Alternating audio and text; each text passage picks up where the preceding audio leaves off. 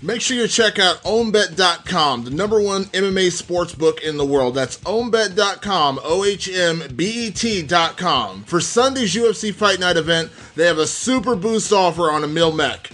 20 times the money on him. If you're putting money down on Emil Mech, OwnBet.com is the place to check it out. Make sure you use the bonus code Fight Society and join now the biggest MMA sportsbook in the world. That's OwnBet.com, OHMBET.com, OwnBet.com. Check it out ahead of Sunday's UFC Fight Night card from St. Louis.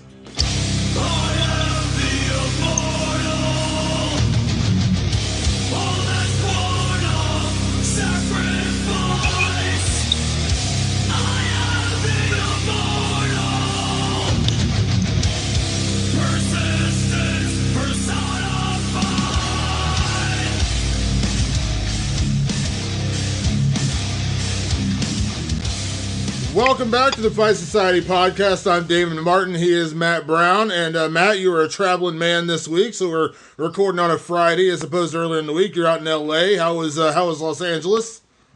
Very good. Got to hang out with my man Chuck Liddell, the legendary Chuck Liddell. So that made my week for me. Don't need anything else. My life's pretty much fulfilled. How was Chuck's a super nice guy. I've known Chuck for a lot of years. How was it? Like, was that the first time you really met him? First time I ever met him. Really? Yeah. Funny enough, I've met literally every other UFC star I'd ever want to meet. Chuck was like the last one, but he's always, from the beginning, from day one, he was always my number one, like my top guy that I was, looked up to in terms of, inspiration and looking up to him and just wanting to be like that guy. I got so much from watching his fights and kind of tried to mold my style after his to some extent. Yeah. Did you get a chance to talk to him a little bit, or was it just like a quick meeting, or? We hung out for a little while and we started talking some MMA. Whenever he showed me some techniques that I always wanted to learn from him. That big right hand of his, I felt that a little bit. Not directly on the chin, just playing around with it. But, God, what a strong son of a bitch, man. So, I'm out there working with Muscle Farm, doing some stuff with them, trying to bring guys into the facility. Chuck is one of them. So, hopefully, we get to make this a good, long-lasting relationship. Yeah, Chuck's a fountain of knowledge. It's kind of funny. People kind of forget. Like, that guy's probably forgotten more about MMA than most people know about the sport. Fact, he's one of the original pioneers, right? So I think he was probably the first guy that kind of did the sprawl and brawl and did it well and did it right and made it, did it at a championship level. And, man, he took it, so he took that elevator to the roof. So he's kind of the guy in a way, like I always think of Frank Shamrock, but Chuck's kind of the way too, where it's like he bridged the gap between like the old school UFC style where it was like, wrestler versus kickboxer, boxer versus whatever, kind of bridged that gap into like what we know as modern mixed martial arts. Like it was like Chuck, Randy Couture. I always say Frank Shamrock was one of the first guys to really like integrate everything into his art. But Chuck was one of those guys because when Chuck, if you remember Chuck's first fight in the UFC, like he was a wrestler. Like people forget, like he came in with wrestling shoes on. Like he was a wrestler, and then he developed into this like dominant kickboxer. But like he was one of those first guys that kind of bridged the gap between those kind of two time periods in the sport. I agree, and I think I put Tito in there too. Tito. And I think the biggest thing with him was he was the first, to me, him and the Tito and Chuck fights were the first ones that were truly anticipating for months, couldn't wait, just totally stoked. Like the trash talk, obviously that Tito did, and Chuck's persona, and just everything added up. That we don't get that pure of fights anymore, or in terms of the big top fights anymore. There's a lot of manufactured, and there was something special about that time period, and especially those two guys. And I think I guess Tito and Ken were kind of a big thing, but Tito and Chuck, I mean, those were two championship level guys, long lasting, sustainable careers, and just championship level guys that were, man, you know, how much bigger of a fight could it have been back then? I don't think it could have been any bigger. Maybe Liddell Couture. I don't think any. Well, for a funny story, Chuck Tito 1 was my first UFC event I ever attended, UFC 47. Nice. That was the first live fight I ever went to. First UFC fight was UFC 47. That's hilarious. That was my first one was UFC 48 when and Chuck fought Vernon White. Oh yeah, I remember that. Yeah. Yeah, and Couture Belfort was the main event. That's right. Yeah, because I remember we were going out to Vegas, and you know, I was like, I wanted to, like, you know, I've been a UFC fan for years, but I'd never gone to a show. And when Chuck was fighting Tito, I was like, this is it. I'm flying to Vegas. Like, I'm going to this fight. And it was at Mandalay Bay. And I actually went to Tito's after party that night because we couldn't get into Chuck's. So went to Tito's after party. And Tito showed up, and, like, you know, he was all busted up. His eye was busted up. But it was one of the, like, moments when I grew to appreciate Tito for, like, how much he loves his fans, because he stood there and took pictures with everybody that was at his after party, even if he lost the fight. You know what I mean? Obviously, it was a big rivalry fight. Stood there and took pictures with everybody, and I have met. Obviously, I've known Chuck for a lot of years. Like, same way, nice guy. I remember running, just always, you know, always there for the fans like that. But that was the same night. That was the night when Nick Diaz knocked out Robbie Lawler. That was that UFC 47 event. Ain't that so crazy? Because the UFC 48 was Nick Diaz fought Cara Parisian. You know, how often do you even see guys fight on two UFCs? Maybe it wasn't Cara Parisian. I think it was, because he lost kind of a decision that he thought he won. Nick was walking around in the crowd. And, you know, back then, I mean, you know, I didn't think there was any real chance of me ever being in the UFC. Of course, I was training and wanted to. But, you know, that's funny because you know, it was such a small group back then. You know, Nick's walking around the crowd and he's not getting swarmed. Yeah. You know, there's people just saying, "Hey, what's up, man?" Like, I talked to him, you know, for probably 10 seconds or something. I just remember him saying that, you know, he didn't really even care. He was just like, I only get half of my money now. That was like the only thing that pissed him off. But yeah, and I ended up at Couture's after party, which was like the coolest thing that ever happened to me in my life at the time. I just ran into these guys at the elevator in Mandalay Bay. They had Randy Couture shirts on. I said, "So, hey, what are you guys? You guys went to the UFC fights. What's up?" You know? They said, "Oh yeah, we're going to Couture's after party. You want to go?" And you know, fuck yeah, I want to go. You know, penthouse suite in the Mandalay Bay. I go up there. Fucking Dan Henderson's there. Matt Lindland's there. You know, all of the Team Quest guys. You know, this is when Dan was in Pride. I think he had just fought Vanderlei, or for whatever reason, I just remember that fight. And, you know, I'm like, what the hell is this? And I'm calling my people I was out there in Vegas with. I'm calling them like, dude, I'm at Randy Couture's after party. They're like, we don't fucking care, bro. Like, we're at the club trying to pick up girls. You know, you can imagine, right? Like how much different of a world it would be today, right? Oh yeah. I mean, it's crazy. Like, those days, man. I remember because that event, I'll never forget. It was Boss Rutan's birthday weekend, and he was walking around in the crowd, and like most people didn't know Boss Rutan, but I was like, oh my god, it's Boss Rutan. I was like, holy crap, it's Boss Rutan. He was walking around wearing a crown on his head with his birthday, like celebrating his birthday, and I remember seeing him, and I freaked out. I was like, oh my god, it's Boss Rutan. And I met so many people that weekend. Like, it was the same thing. Like, you walk around and you see these people, and it's like, you know, rock stars to you and me, but then like the rest of the crowd was like, you know, who is this guy? You know what I mean? But like, I remember I ran into like so many like big people there, and I was just like, oh my god, I can't believe I'm in the same room. And I remember, funny enough, so we went to Tito's after party, and that was the first time I'd ever met Frank Mir, and Frank was getting ready to fight Tim Sylvia for the title. And I met Frank, and I was a huge fan of Frank at the time. I still am. Frank's a, you know, great guy. Met him. I was a huge jiu-jitsu guy at the time. I loved jiu-jitsu. Like, I'd fallen in love with jiu-jitsu. And so Frank was like, you know, the embodiment of jiu-jitsu at that time. Like, he was an American guy who was like incredible with submissions. And so I met him, and super nice guy, sat there and chatted with me for like 10 minutes. Really, really nice guy. And then he's like, well, I got to take off, man. We're doing this. And he was talking to a group of us. And he tells us that he had work that night, and we're like, "Oh, what are you doing?" And he was a bouncer at Spearmint Rhino, the strip club in Vegas. But he was leaving the after party because he had to go bounce at the strip club. And he was literally like 2 months away from fighting Tim Sylvia for the title.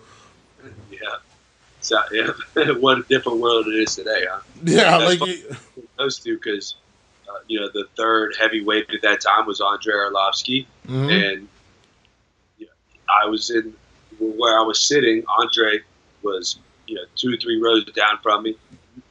I was sitting by myself. Like, the people that went with me to Vegas didn't even want to spend the money to go to the UFC. It was only $75 for the tickets I got. They weren't the best tickets, but $75. And Arlovsky's sitting 2 rows from me, and I'm like, "Fucking Arlovsky!" Like, literally, the people in the crowd didn't know who he was. The people sitting right beside, right behind me. So, those people were there for the blood sport, right? They were there for just the UFC, the blood sport, maybe for Couture, Belfort, because Couture got a pretty good ovation. But it wasn't. People weren't involved. They didn't know what was going on. Me and you were probably on the underground every day, just just reading, any or a Full Contact Fighter or MMA Weekly, just getting any knowledge that we can. The internet was so almost taboo back then, Oh, I remember. I'll never forget. I got on a forum back then. I sat there because you get in these arguments with people, but like back then it wasn't about like trolling each other. Like, you were literally just like talking about the sport. Like now it's a lot of trolling. It's a lot of that kind of stuff. But like back then, I remember there was a thread. And I can't remember if it was on the Underground or if it was on MMA Weekly. But like there was a thread where I went back and forth with people for like 5 pages, arguing that I said Frank Mir was going to tap out Tim Sylvia, and everyone's like, Tim Sylvia's going to knock him out. He just knocked out Rico Rodriguez, who was another jiu-jitsu guy. Then I remember going back and forth with these guys for like 5 pages, bitching about how I thought Frank Mir was going to win. Then I remember when Frank, snapped his arm. That was the infamous, like, where he popped his arm in the fight and Herb Dean stopped the fight. I remember going back in there and everyone's like, oh, and I was like the one person that picked him. I felt like so vindicated. I was like the one guy who picked Frank Mir. Like, those are the old days, man. That's how it was. Those were the good old days. And then I'm sure you remember when the Underground was the only way we even got our information, right? Yeah. You couldn't see it on pay-per-view no more. And there wasn't no way to get any information whatsoever. We go on the Underground was my spot. I remember MMA Weekly, and there was the occasional like MySpace group. I remember that, where you'd have 10, 15 people from across the country in this MySpace group that was about UFC. And there were legit conversations. I remember I used to argue that was part of one of the reasons that I was so stoked to finally fight Diego Sanchez, because I remember the same type of argument. I said Diego was going to be world champion at 155. He was going to beat BJ Penn, and everybody's like, "You're retarded." And I didn't. He didn't come too far from it. He got close, but it was a legit argument at the time. Nah, there was a day when Diego Sanchez won the first season of The Ultimate Fighter. I was like, that guy's going to be a welterweight champion. I was like, man, if someone can challenge George St. Pierre, Diego's got the style. He's a wrestler, real great cardio. Submissions are great. I always thought he would be a guy that could eventually challenge for the welterweight title back then. So yeah, that was those days when you could argue with people. It didn't just turn into one just one big insult fest, or people weren't trolling. Like, it was like legit, because there was only 200 people who legitimately knew, what the Underground was or what these forums were. And so it's just like you were always going back and forth with each other on those forums. Yeah, everybody wanted to kind of emerge as, like you said, you felt vindicated. We always wanted to emerge as the guy that called it. Like, I know more about these martial arts than you. And now I think over the years we've kind of realized, at least I have, considering how many fights I get wrong. I think we've realized just the randomness of this fucking sport, man. And just the there's so much to it. The statistics don't mean nothing. All these fight matrix doesn't mean a damn. You could put everything. Paper just doesn't mean anything. You put it all together, and once those doors close, it all goes out the window. Yeah, I think that's one of the things I've always enjoyed about MMA is like, you can't, there's an unpredictability to MMA that you don't get with other sports. Like, don't get me wrong, if the Patriots are playing the Cleveland Browns in football, you got to pretty much assume the Patriots are going to win. Now, you may get an upset here or there, like randomly, but by and large, it's going to go that way. You can't.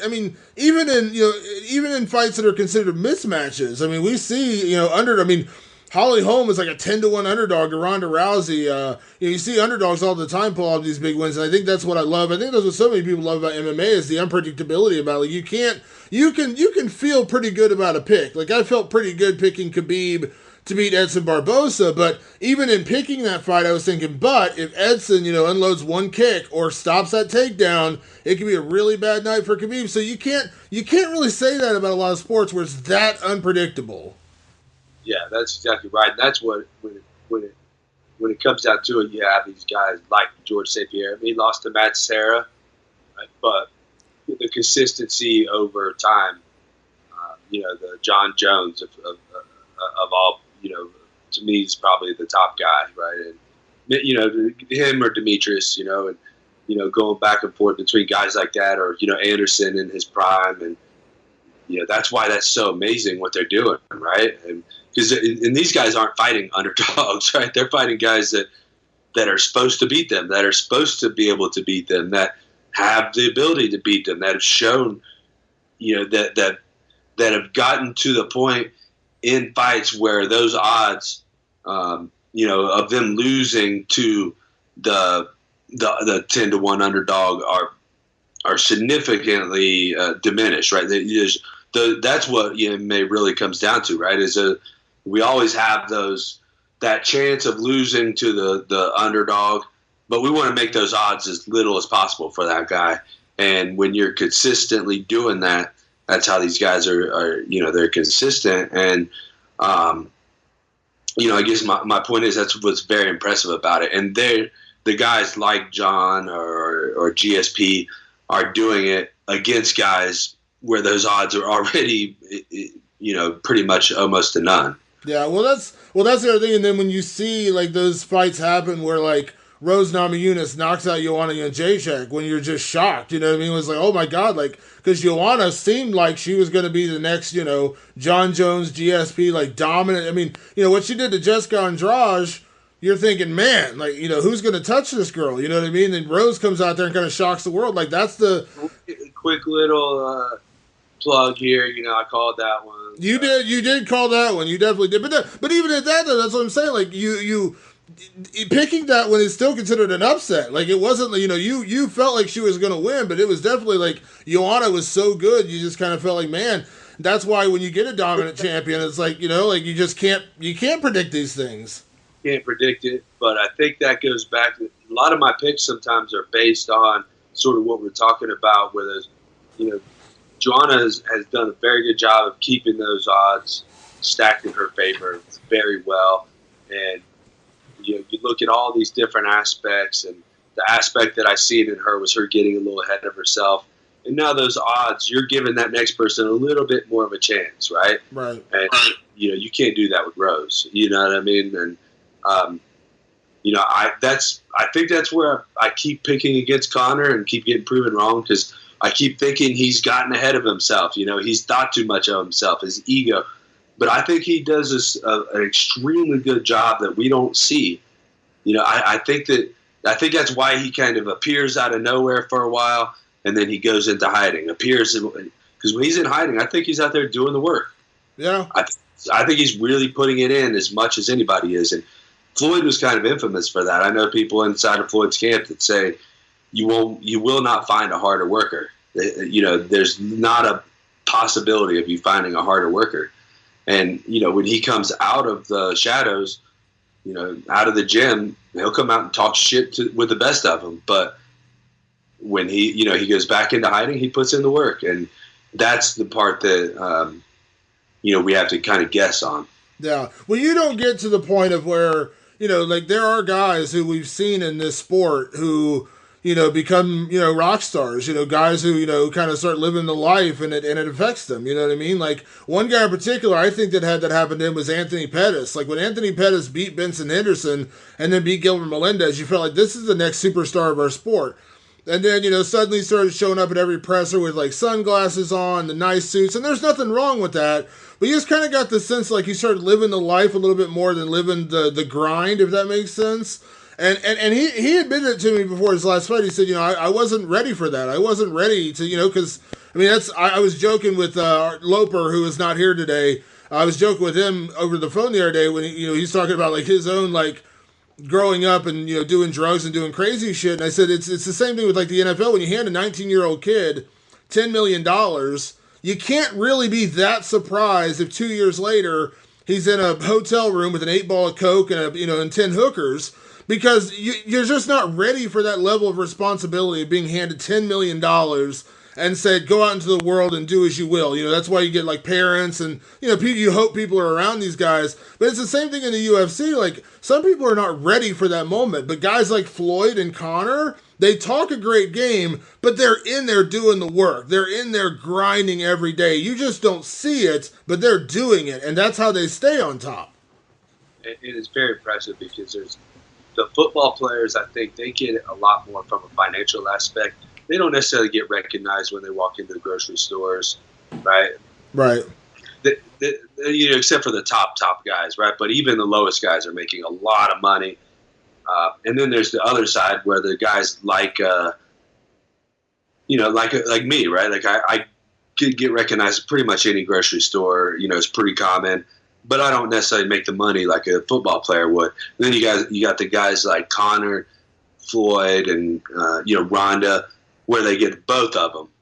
To be able to deal with that and move forward and continue to grind like that and continue to work is, I think, to me, it's extremely impressive. And I really admire that quality in those guys.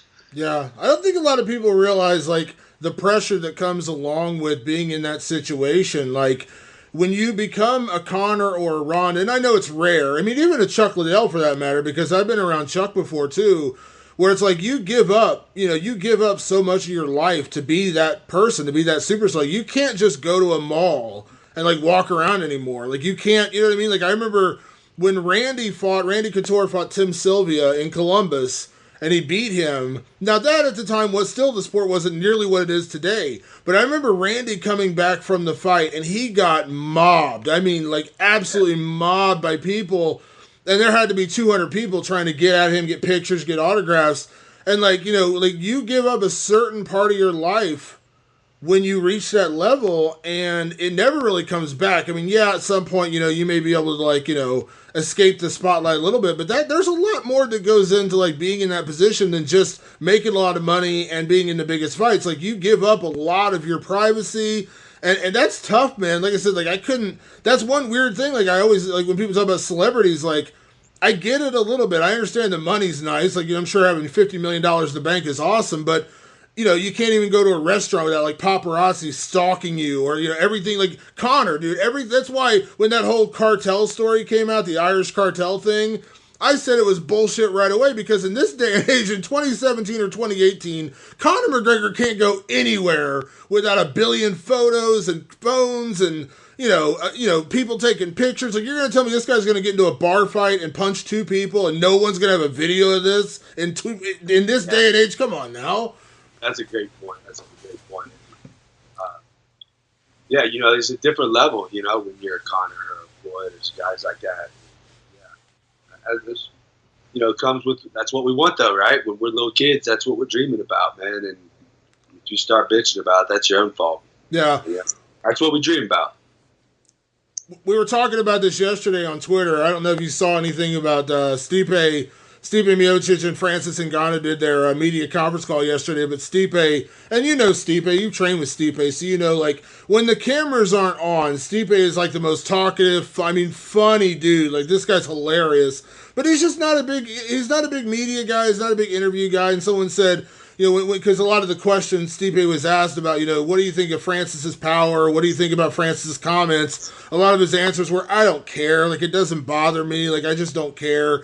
And somebody on Twitter said something like, if you wonder why Stipe is not like a transcendent superstar, he's not exactly putting forth the most effort, to do it. And I said, listen, to me, that's not right, because there's no perfect right or wrong answer about what creates a superstar, because I use Chuck Liddell as an example. Chuck was never that way. I mean, Chuck had a great rivalry with Tito, and he did kind of come out of himself for that, but do you remember anything Chuck said about Vitor Belfort, or said anything about Amar Sululev, or any of the other guys he fought, Murillo Bustamante? Like, you don't remember that. You just remember the performances. You remember Chuck was a fucking badass, you know what I mean? Like, there's no perfect right or wrong answer to what creates a star. Like, yes, Connor's an anomaly. Like, Connor's Connor. Like, you can't compare Connor to anybody else, but like GSP, he came along at the right time. Canada was there. Like, there's just no right or wrong answer. And the fact is, Stipe can get to that level with this after, he hasn't done what other heavyweights haven't done yet. I think he will. I do think he's going to beat Ngannou, and I think he's going to be the greatest heavyweight champion in history, and I think he will transcend sport. He's not going to do it on his personality, though, and I get why someone would say that, but like GSP or Chuck, like they didn't. I think Chuck was probably a little different. Like GSP did not transcend the sport based on his personality. He did it based on his performance, which was, again, consistent and dominant. Chuck, as much as he wasn't a shit talker, he was a man's man. Yeah. Right. Like, we all wanted to be like Chuck. You know what I'm saying? Like I mean, we could easily have a bumper sticker, "What would Chuck do?" And it would be very valid. Like, I would actually think about it. Like, what would Chuck Liddell do in this situation? What would Chuck say? What would Chuck think? What would Chuck feel? And it'd be legit, right? Like, he's a fucking man's man. Stipe can get there, I think, but he's got a long ways to go. He hasn't done what other heavyweights haven't done yet, right? Like, other guys have defended their title twice. I think that's where Stipe's at, right? And he's just going to have to do more than that. He knocks out Ngannou, I think that's going to be, or at least beats Ngannou. I think that's going to be a huge step forward, because now he's really going to get the respect that he deserves after that, I think. I think there's 3 fights that Stipe can have that will take him to a whole other level. One is Ngannou, which I think he will win. I'm picking him to beat Ngannou. I think he will, and I think he'll do so dominantly. We'll break down the fight more next week, because obviously the fight's next week, but I think he's going to win that fight.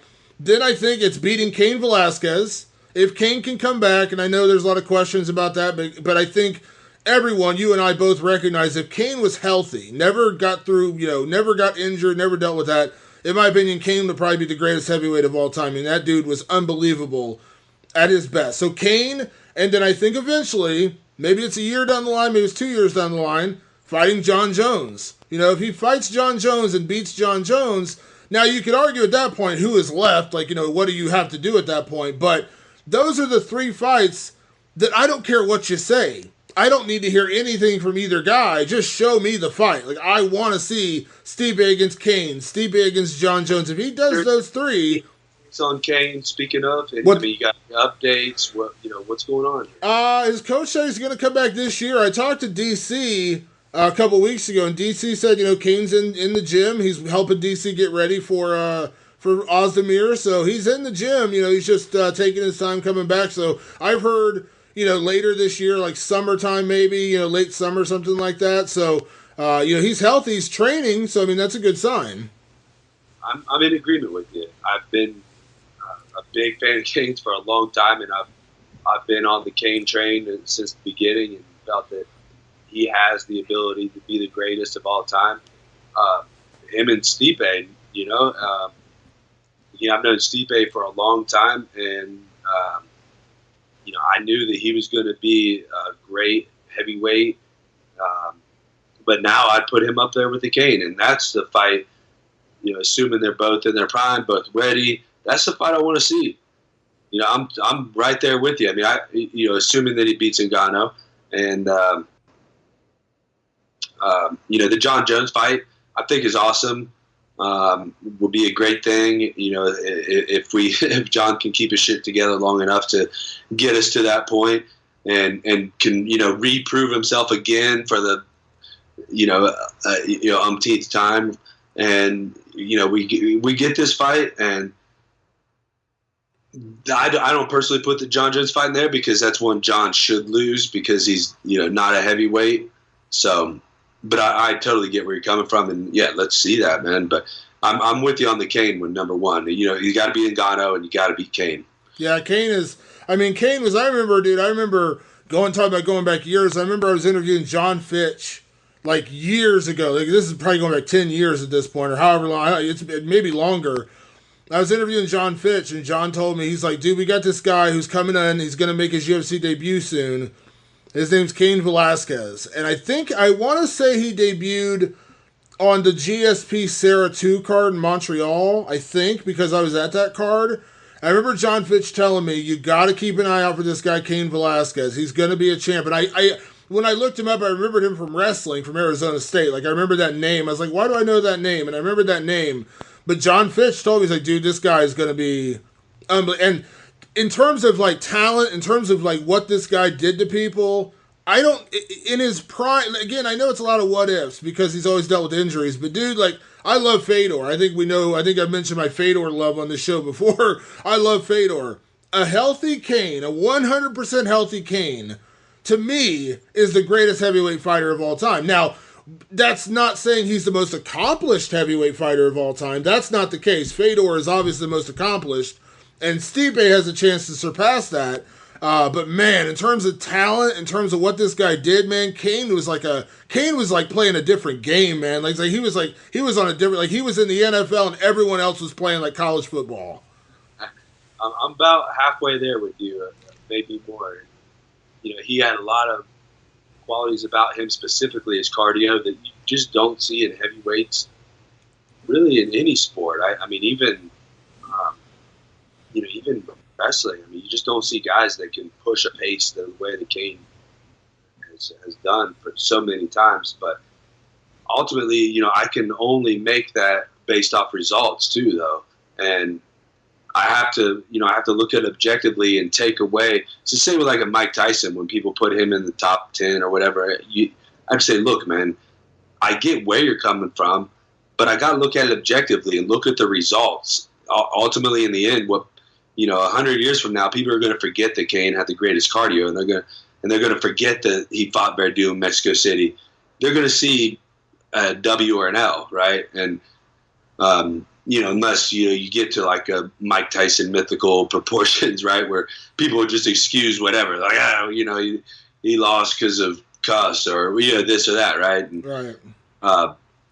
So me, like I look at it objectively, right, and 100% win and loss, and that's what it ultimately comes down to. And I look at my own career the same way. I'm also a very harsh critic of myself, and I hear people a million times like, dude, you did so great. And I was like, hey, well, you lost, so I don't really fucking care, Or I guess, you'd be a harsh critic of yourself. Like, they might say, hey, you won, who cares? And I'm like, well, but I didn't do this or this. So I guess either way, I guess that's different when you're looking at your own career. So probably you're right, because the thing with Kane is he does have big wins. You know what I mean? He has his 2 wins over Dos Santos when Dos Santos was the clear-cut number 2 guy in the world. Now, we can sit here and, go back and say, Dos Santos has lost some fights since then, but Dos Santos at the time, Dos Santos and Kane were Dos Santos was the number 1 guy at the time, right? Yeah.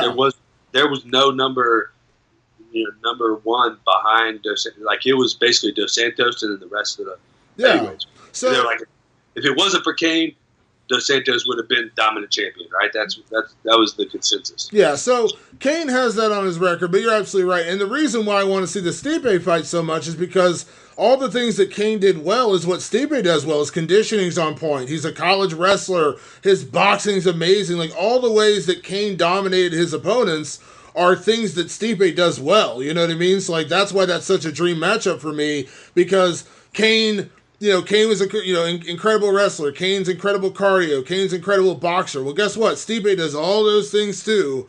How does that match up? Yeah, I couldn't agree with you more. I think you're right on with that. I'm down to see it. I hope Kane comes back and does some great things, man. I hope he's getting healthy, and I hope things are going great for him. Yeah, I mean, it's like one of those dream fights, and that's not to take away anything from Ngannou, because obviously Ngannou's a badass, and if Ngannou wins, I'd be just as excited to see how Kane would match up with a beast like Ngannou. You know what I mean? But that's the thing, right? Is Ngannou could be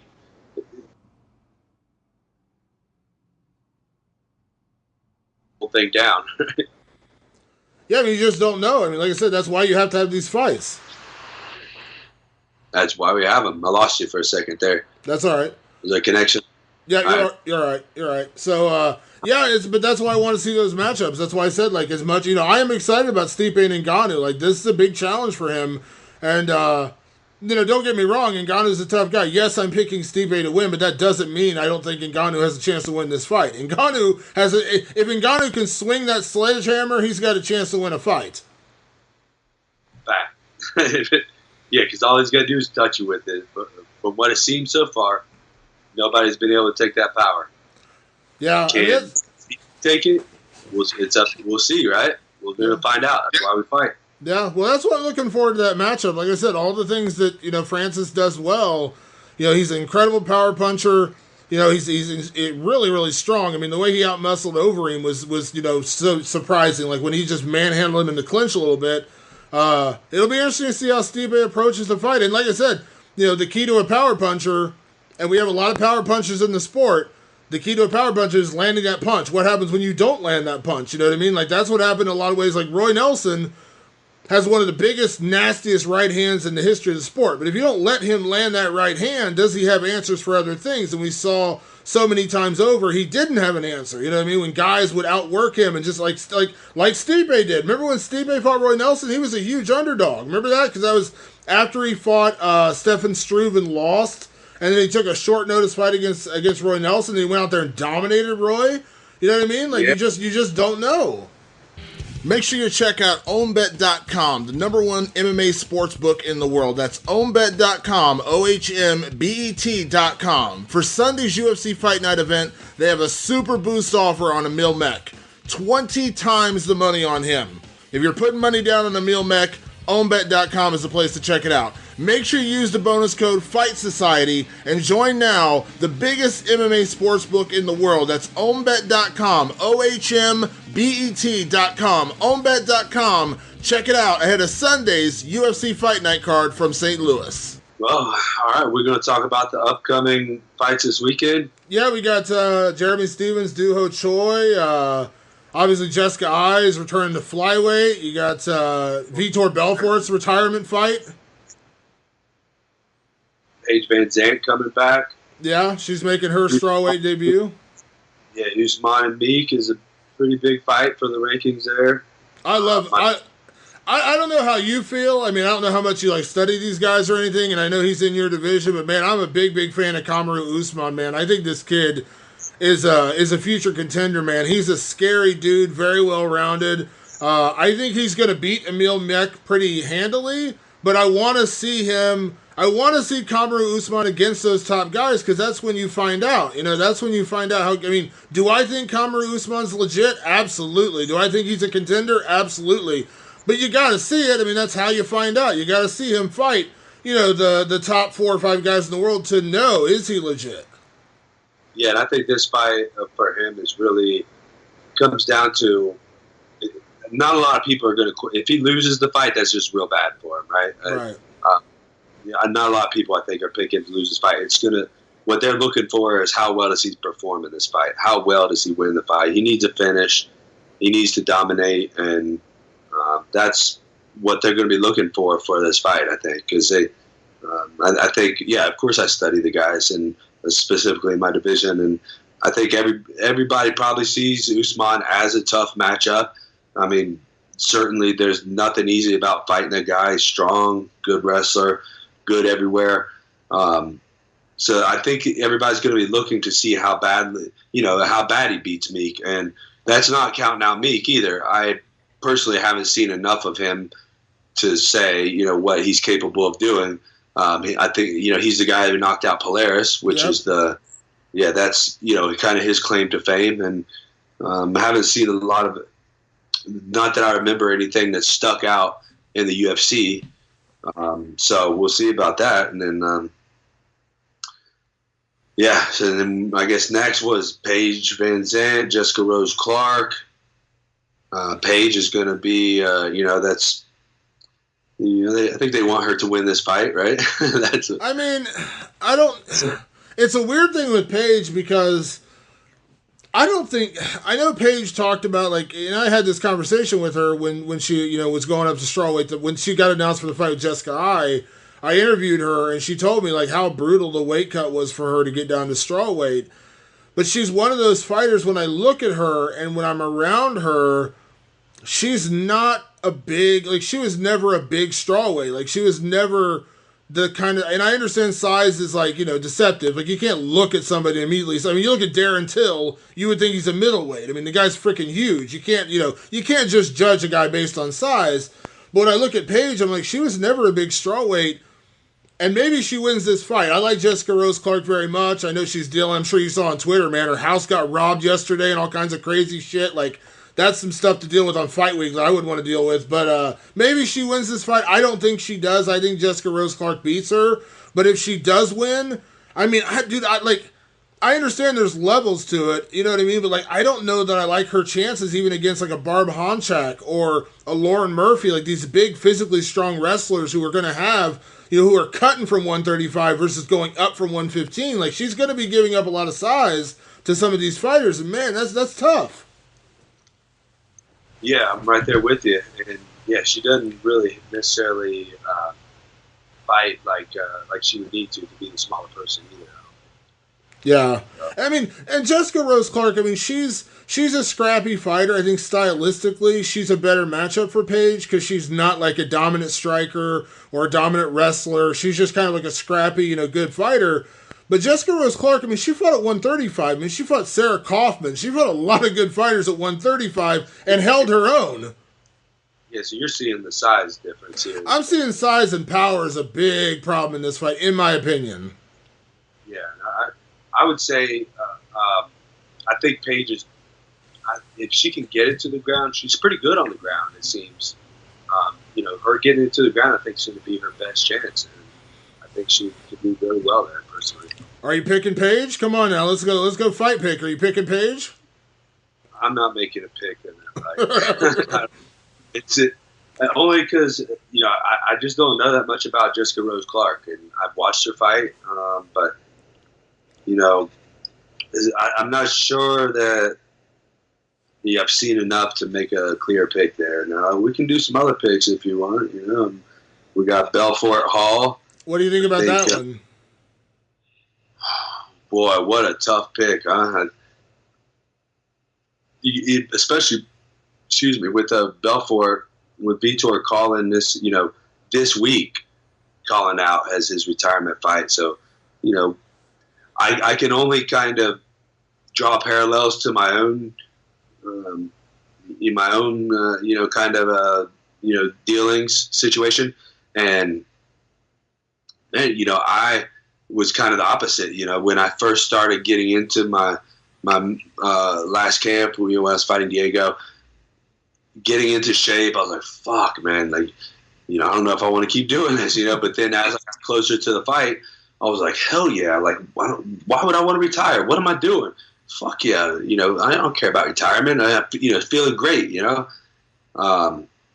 This seems to be the opposite for Vitor, right? He never missed anything. Then a week before the fight, but that's not to say that it wasn't on his mind. So we'll see where that's at. So I'm going to go with Uriah, based mainly on the mental side of things. But if Vitor is 100% mentally there, I'm still going to pick Uriah, actually. So yeah, I'm picking Uriah as well, and I don't think this is the end for Vitor. I'm pretty sure this is the last fight on his UFC contract. I think once his contract's up and he can go back on TRT or whatever, I think we're going to see him in Ryzen or Bellator or something. I just don't think it's really up, because he said this before the last fight. Remember, before Marquardt, he said he was going to retire, and he's like, oh yeah, he had a win. He's like, oh, I'll go again. I'm not done. And at the time, I remember, because I looked it up when I wrote the story about him saying he was retiring again. It said at the time, right after he fought Marquardt, he's like, I want to stick around for at least 5 more fights. Now suddenly he wants to retire again. I'm just like, Dude, I'm telling you right now, if he wins or he doesn't, get knocked out badly or something, like it ends up being a battle or whatever, I just have a hard time believing when he's out of contract and Ryzen comes calling and saying, hey, dude, you can juice to the tits all you want. And we go back to Vitor, the Vitor beating Luke Rockhold and the Vitor beating Michael Bisping. We're going to see him in Ryzen, dude. I'm telling you, if he can go back on TRT, that dude ain't going away. Okay. I totally see where you're coming from, and I won't argue with you on that one bit. You know what? TRT Vitor is a hell of a Vitor to watch. So, if he's over in Japan and they know that it's going down like that, and the opponent he's fighting knows it's going down like that, then more power to him. Let's see it. Yeah.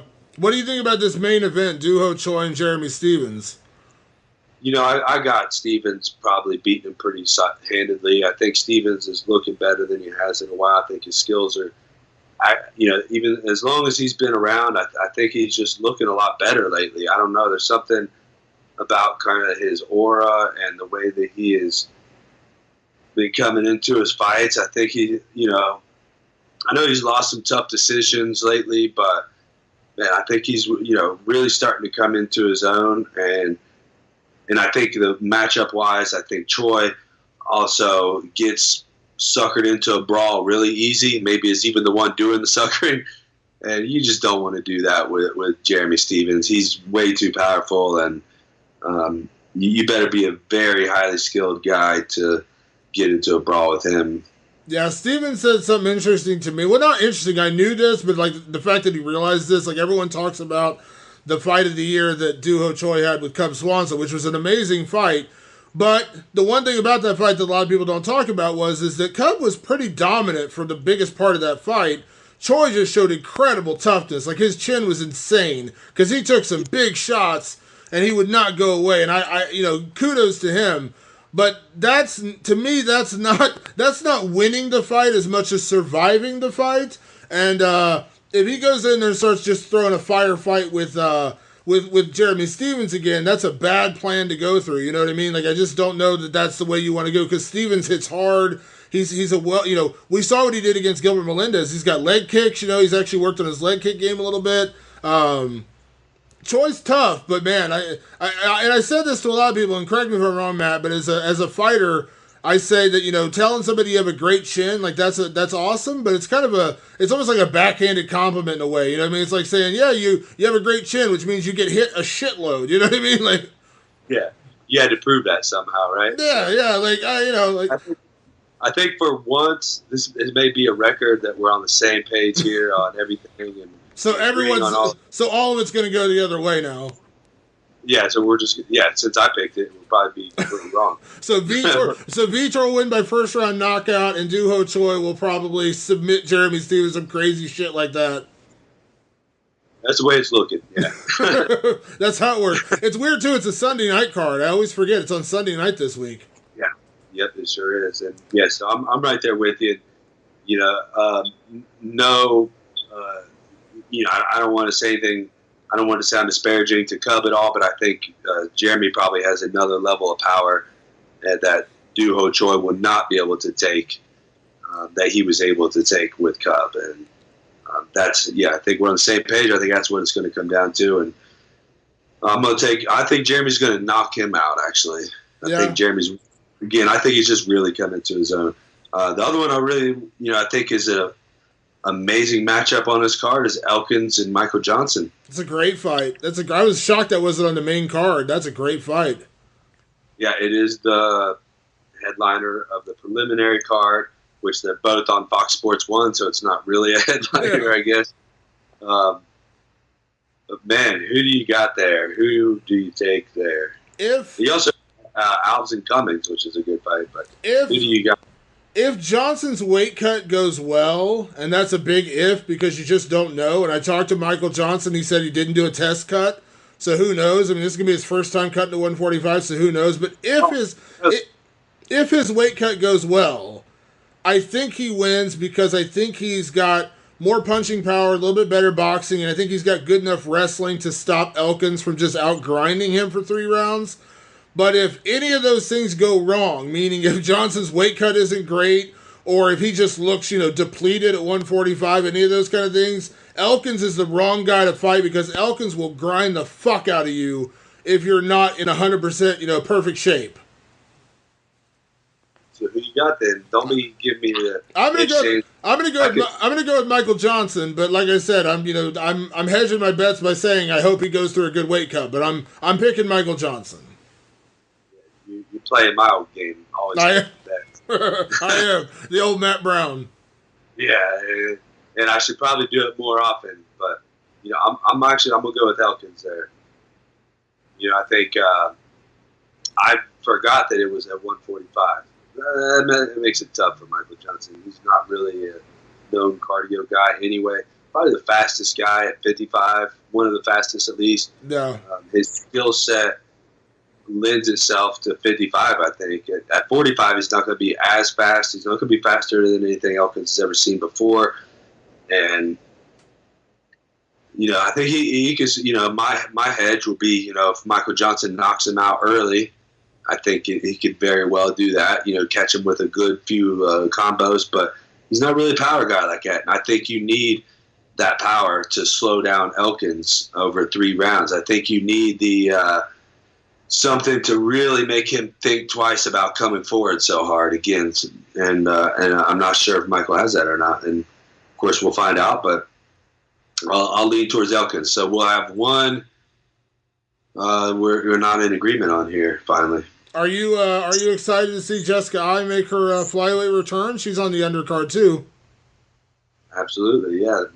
She's a good friend and great person, great fighter. I look forward to watching her win. And, I wouldn't, as my friend, I wouldn't pick against her if I thought she was going to lose. So, I think people forget how people like to bag on Jessica because she lost 4 fights in a row, but you look at who she lost to for one.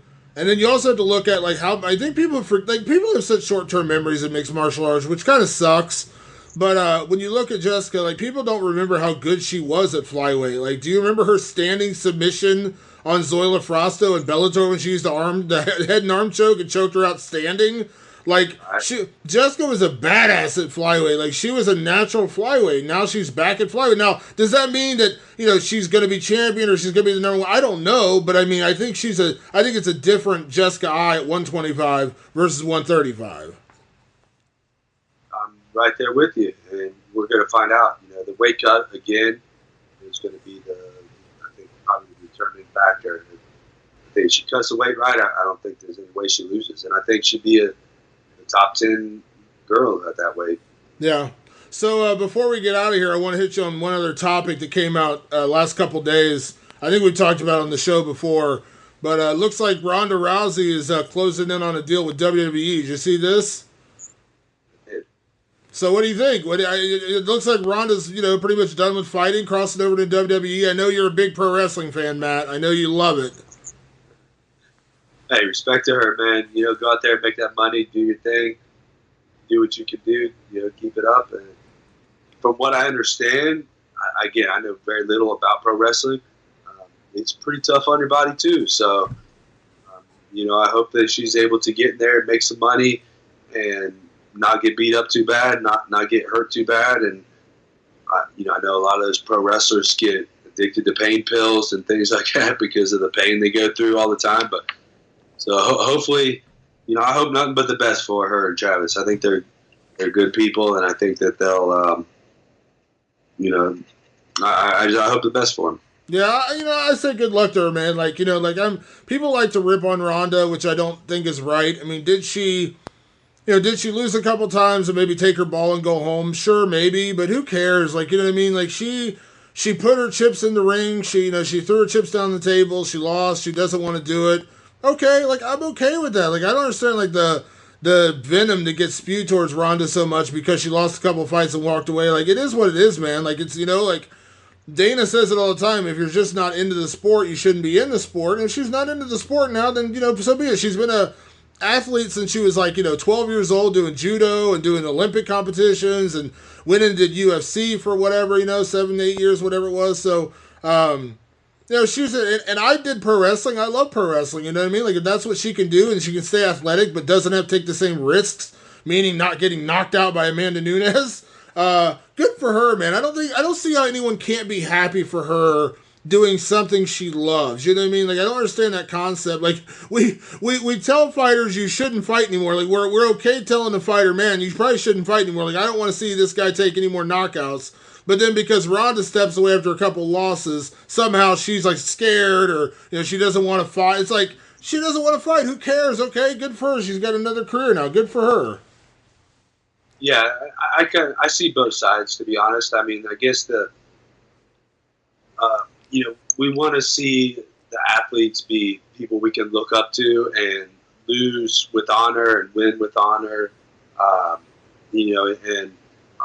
Ronda, when she was on her winning streak, I mean, she wasn't really nice about it. She wasn't respectful about it. And, if that worked for her, more power to her. Do what, whatever.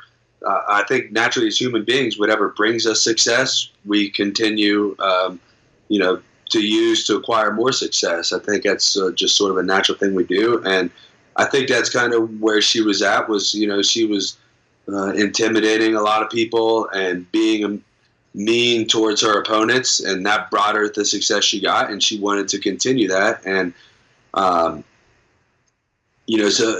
understand where some people are like, looking at her, I look, now that you lost a couple of fights, now you're eating your words. And, so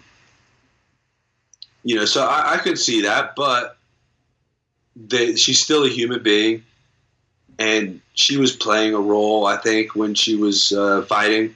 And I think as adults, I think we can look at that and hope the best for her as a human being, right? Like bringing another person down doesn't bring you up. And there's no reason to ever wish harm on anyone other than if they have harmed you. So, I think there's, people that this age of the internet and the social media, and people expect so much out of their athletes and expect them to be almost robotic and almost like they want you to fall into the mold that they created, not the mold that you created for your own life. So, Ronda, she was in a position that she was guaranteed to receive criticism no matter what she did, either way also. So I guess, again, for me, and I'm sure for you as a good person that's not sucked into this world of over criticism and kind of, worrying about other people's lives, I think we're going to agree again, which is a record for our show. We just hope that she has a great life in WWE, and if she doesn't ever fight again, that's her prerogative, and we're totally cool with that. And I'd like to see her fight again personally. I think that she has a lot left to do in the sport, and she could still do a lot of great things. But I can also understand her saying, look, I lost the title, and then I lost the fight to get back to the title. What the fuck? Well, I don't want to be number 5, number 6, number 3. Yeah, I totally get it. Well, and I also think with Ronda, I think we probably talked about this, before when she lost. But I mean, Ronda, people always talk about comparing Ronda to other people. But the one thing she had in common with a guy like Mike Tyson was when Mike Tyson was on top of the world, and he was just killing people. When he finally got when he finally got rattled, when he finally got James when Buster Douglas, took him out, like that, when you talk about that confidence, that kind of cockiness that Ronda had, part of it was show, I'm sure, but also part of it is, that was part of her persona. Like, it built her up, like she felt invincible. And I think that made her do some of the things she did. Like, she felt invincible.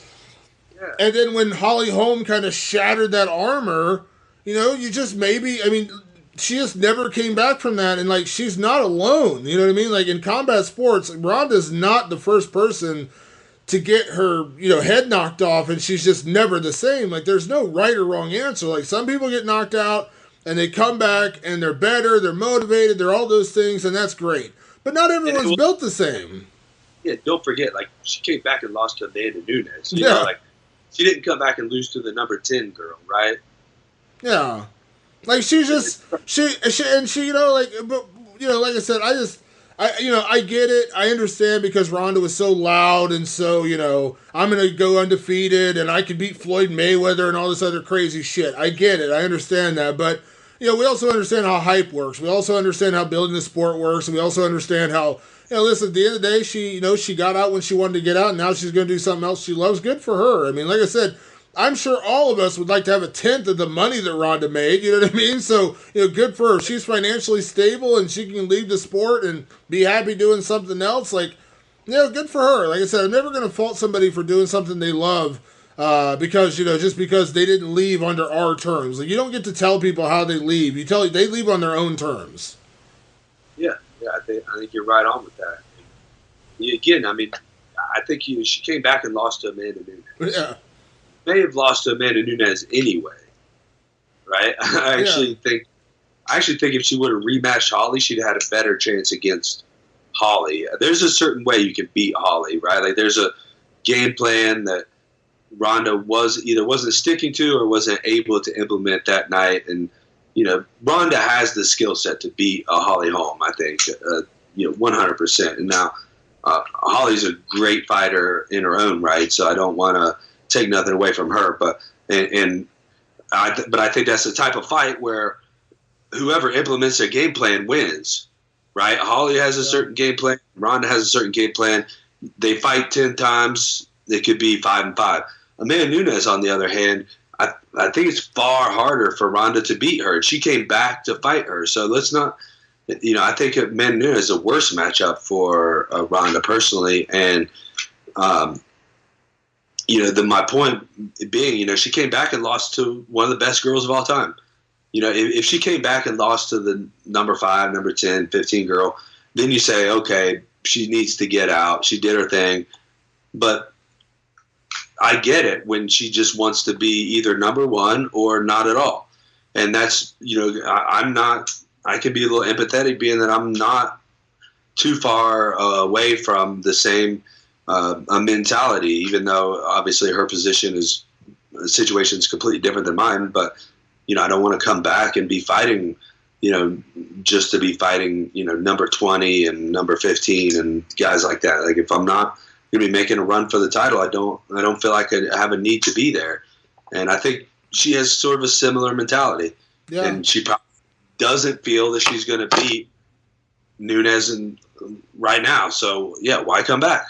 Well, you had that. I remember having that conversation when you talked about retiring. Like you said, I don't want to just come back to be here. You know what I mean? Like everyone has a different reason for fighting. I had this conversation with Chris Liddell years ago when he decided to retire, when he fought Dan Hardy and was going to retire. I asked him, I said, Chris, you won a bunch of bonuses and, you're always like a top 10 guy, but you never quite got to that title. You never got to fight Matt Hughes or George St. Pierre in their prime.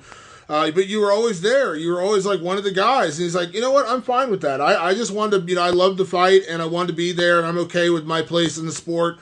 And you know what? I respect, and I know Chris, I respect the hell out of Chris, and that's for him. That's his guy. That's his path. That's what he wanted to do. You want to be a champion. You want to be the number 1 guy. And if you're not going to be the number 1 guy, that's why you said, I don't want to just come back to fight anybody. You and Chris Liddell are both legendary welterweights. You both had different paths. His path was, I just want to go out there, fight, make some money, have some fun. I enjoy doing it. I don't really care if I fight for a title. You want to be the best in the world. Same thing with Ronda. Maybe Ronda only wanted to be the best in the world. She wanted to retire undefeated. She wanted to do all these things. And when that went away, she doesn't want to come. And when I name a name, like she doesn't want to come back and fight the number 10 fighter as the co-main event on a UFC Fight Night card. That's just not what she's into. Like she wants to be the best. That's no longer attainable. Okay, I'm cool with her walking away. Yeah, you're right. Exactly what you're saying exactly what I'm saying. Well, what a show! I mean, fucking agreed, man. Like maybe today should be our politics day. Maybe we'll come to an agreement on something. Today's the day where we bust out politics, where you and I finally agree on something. Yeah. So let's. Yes. Well, maybe actually, I take that back. Today we should certainly stay away with that. Let's get away while we're ahead, right? Yeah, let's stop while we're ahead right now, while we actually agree on everything before we curse anymore else. Because if you and I are agreeing on something, then the world's probably about to undergo a real dramatic change somehow. So, Yeah, we'll be back next week though, because we got to break down UFC 220. We got to talk about Stipe and Ngannou. We got to talk about DC and Ozdemir. Both fights coming up next weekend. Going to be a great card. I can't wait for that one in Boston. It's going to be a good weekend in Boston. So we got to break that down, of course, and some other fights coming up. And obviously, there's always stuff going on. We'll break down what happened in these fights on Sunday night as well. So we'll get into all that next week. Badass, man. Look forward to it. All right, for Matt Brown, I'm Damon Martin. We will see you guys next week for another edition of the Fight Society podcast. Thanks for tuning in. Make sure you follow Matt on Twitter. He just got over 100,000 Twitter followers for his birthday. By the way, happy birthday. I know it was a couple days ago, but got over 100,000 followers for your birthday, so that worked out well. And so that was good. Yeah, it was a cool coincidence. You know?